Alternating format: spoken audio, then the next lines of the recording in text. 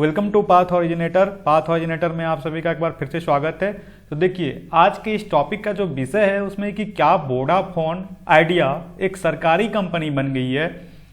देखिए, इस संबंध में क्या हुआ है कि वोडाफोन और आइडिया दोनों का गवर्नमेंट ऑफ इंडिया के साथ एक डील हुआ है, जिसमें कि वोडाफोन आइडिया कंपनी में भारत सरकार का जो है 1/3 से अधिक हिस्सेदारी होगी अब। इसीलिए जो है ये न्यूज बहुत चर्चे में है कि क्या वोडाफोन और आइडिया अब एक पीएसयू यानी पब्लिक सेक्टर की कंपनी बन जाएगी और वो क्या भारत सरकार के अधीन रहेगी। तो इस संबंध में डिटेल डिस्क्राइब करेंगे हम आपको इस वीडियो में और अच्छे से समझाएंगे। तो चलिए, उसके पहले आपसे रिक्वेस्ट है, मेरे चैनल को सब्सक्राइब जरूर कीजिए। देखिए, सबसे पहले हुआ क्या है कि जब टेलीकॉम सेक्टर के लिए एक अच्छे से मैं समझाता हूँ, उसके लिए पहले आपको कहानी सुनाता हूँ इससे संबंधित कि जब टेलीकॉम सेक्टर में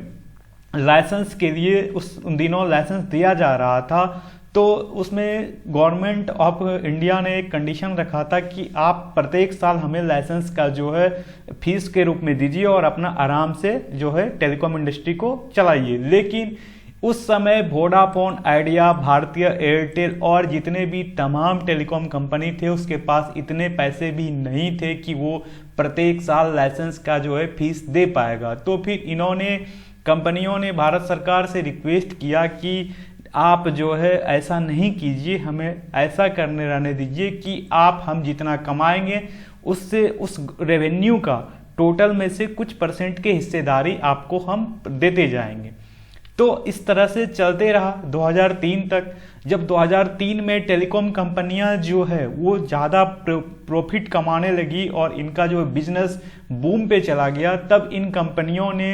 क्या किया कि अपनी टेलीकॉम इंडस्ट्री के बेनिफिट से कहीं फ्लैट खरीद लिया या पैसा कहीं और ज़्यादा इन्वेस्ट कर दिया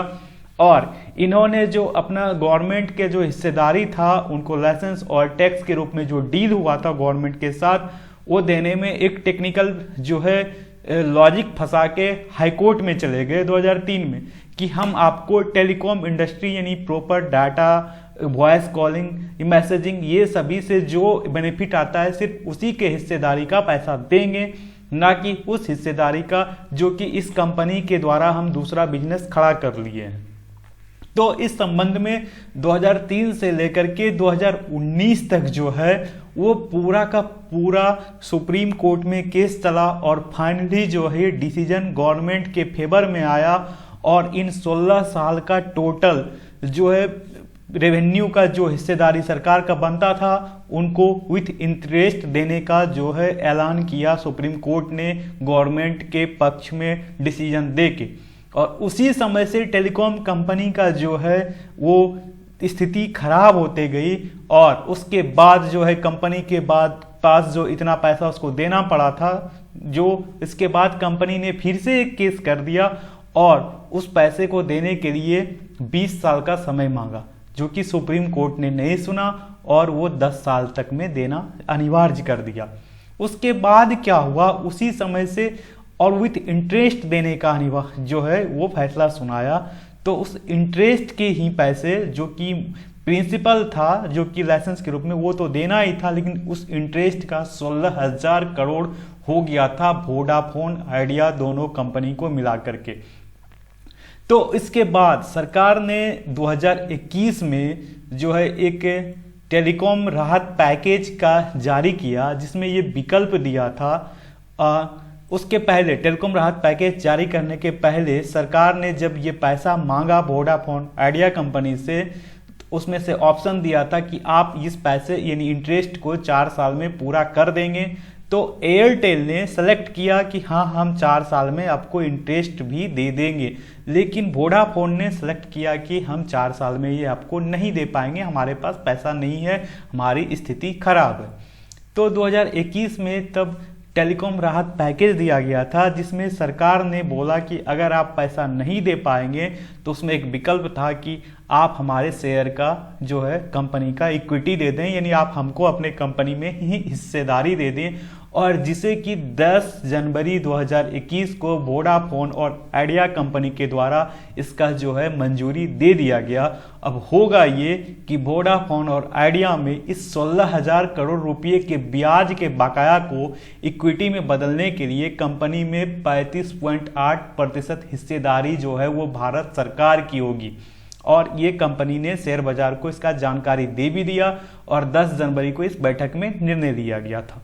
तो ये कहानी था। अब चलिए इसके आगे हम बताते हैं कि इसके बाद क्या होगा, कि क्या वाकई वोडाफोन कंपनी जो है वो पीएसयू बन जाएगी। तो इस संबंध में टेलीकॉम मिनिस्टर अश्विनी वैष्णव जी का भी स्टेटमेंट आया है, वो भी आपको हम बताएंगे।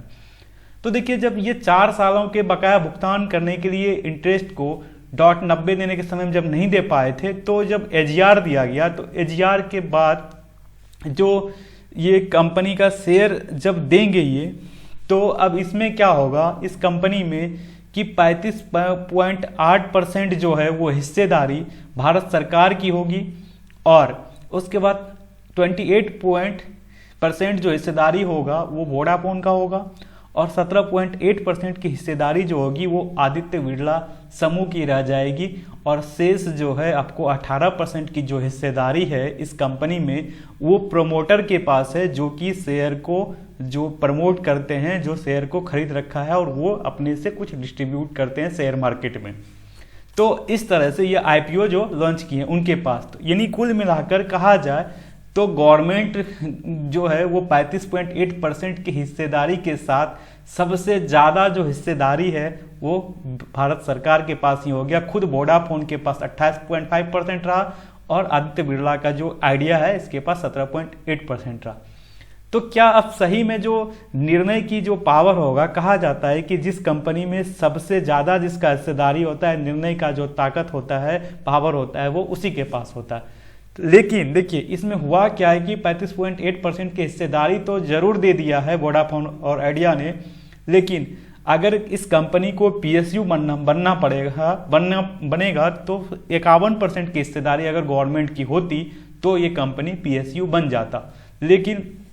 इन 28.5%, 17.8% और शेष जो आपका बचा 18.8%, इन तीनों को मिलाकर जो हिस्सेदारी होगी वो जो है वोडाफोन और आइडिया के पास ही रहेगा। तो इसीलिए वोडाफोन और आइडिया ये जो है निर्णय की जो पावर रहेगी इन तीनों के पास ही रहेगी, ऐसा इन लोगों ने एक एग्रीमेंट कर लिया है और ये कंपनी जो है आपका पीएसयू नहीं बनेगी। अब चलिए गवर्नमेंट ऑफ इंडिया की तरफ से जो अश्विनी वैष्णव जी का ये स्टेटमेंट था, क्योंकि लोगों ने अब ये कहना शुरू कर दिया था कि एक तरफ तो भारत सरकार एयर इंडिया, रेलवे और इन सभी को बेच रही है, प्राइवेटाइजेशन कर रही है, और दूसरी तरफ जो कि खराब स्थिति में कंपनी है, घाटे में चल रही कंपनी को क्यों पीएसयू बना रही है, क्यों उसमें शेयर खरीद रही है।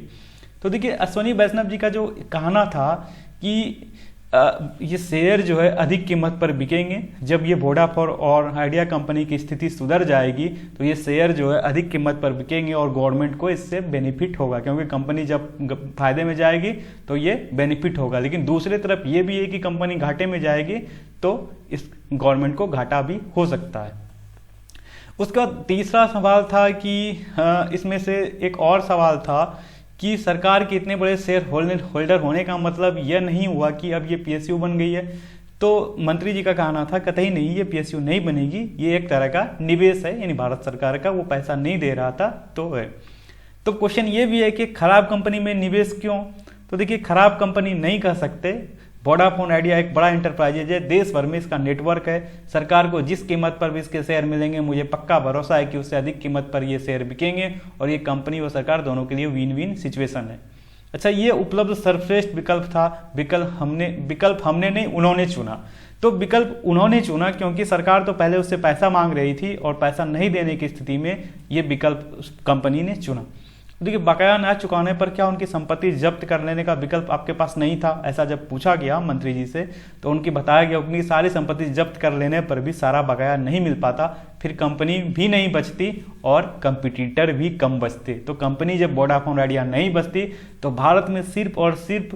प्राइवेट सेक्टर की 2 ही कंपनी बचती, एक कंपनी भारती एयरटेल और दूसरा रिलायंस जियो। तो जो है पब्लिक को ये दोनों मिलके जब होते रेट बढ़ा देते, पब्लिक को उससे दिक्कत होता, तो इसीलिए ये डिसीजन लिया गया है भारत सरकार के द्वारा। तो चलिए, ये आपको आर्टिकल कैसा लगा कमेंट करके जरूर बताइए।